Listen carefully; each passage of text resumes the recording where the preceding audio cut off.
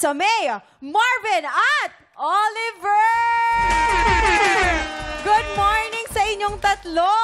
Looking so good! At syempre, una natin kamustahin ang unang grand finalist natin sa Season 2. Undefeated lang naman Ate Jessamay. Bukod sa 100,000 pesos, anong mga blessing pa yung mga dumating simula nung sumali ka sa tanghalan ng kampiyon?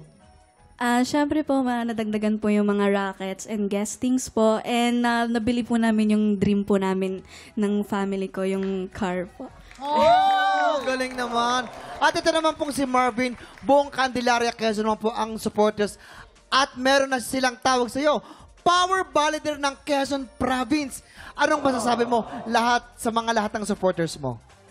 Unang-una po, nagpapasalamat tayo palagi kay God. Siyempre. Sa laging paggabay niya sa naging performance ko at magiging performance pa dito sa tanghalan ng kampiyon. And especially sa mga sumusuporta po sa akin, kahit di ko man po kayo mga kilala, ay ramdam na ramdam ko po yung init ng suporta nyo para sa akin. Maraming salamat po. Si Kuya Oliver naman na talagang formado palagi, no? Nako, supportado ka rin ng mga taga-Bulacan. Pero excited akong malaman kung anong bilin ng anak mong si Lorcan sa pagsabak mo dito. Siyempre, sa Grand Finals. Ayun, na-surprise ako sa kanya nung umuwi ako nung nakaraan. Siyempre, sabi ni Daddy, galingan mo pa. Ayan, maraming salamat sabi niya. Daddy, thank you kasi makakapag-aral ulit ako. Pagpapatuloy yung therapy ko. Ito naman, ano naman yung paghahanda ang ginawa nyo para sa Grand Finals? Ikaw muna, siyempre, Jessamay. Ayan nag-practice po ng more songs na hindi ko pa po nakakanta dito. Okay. And mas pinag-igihan ko po yung pagpapahinga and the-reserve ng voice. Ayun po. Ikaw naman, Marvin, ano yung paghahanda ang ginawa mo? Dati po kasi nung hindi pa ako lumalaban dito sa tanghalan ng kampiyon, sobrang favorite ko yung malamig na tubig.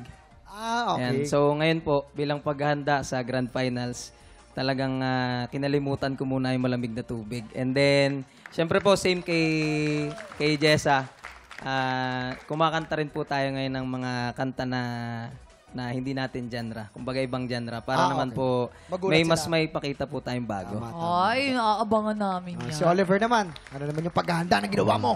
Ngayon, mas marami akong pinapakinggang song. And patuloy pa rin ako nagpe-perform bilang vocalista ng banda. Kasi mas need nung anak ko na mag-therapy. And ako, para sa sarili ko, syempre, mas gusto ko mas mabatak yung lalamunan ko para dito sa darating na Grand Finals. Sobra. Good luck sa inyong kampiyon journey, Jessamay, Marvin at Oliver. Magkita-kita tayo sa Grand Finals. This is so exciting. Pero simula pa lang ito ng mga pangmalakas ng kantahan today dahil susunod na po ang tanghalan ng kampiyon sa pagkabalik ng TikTok Love!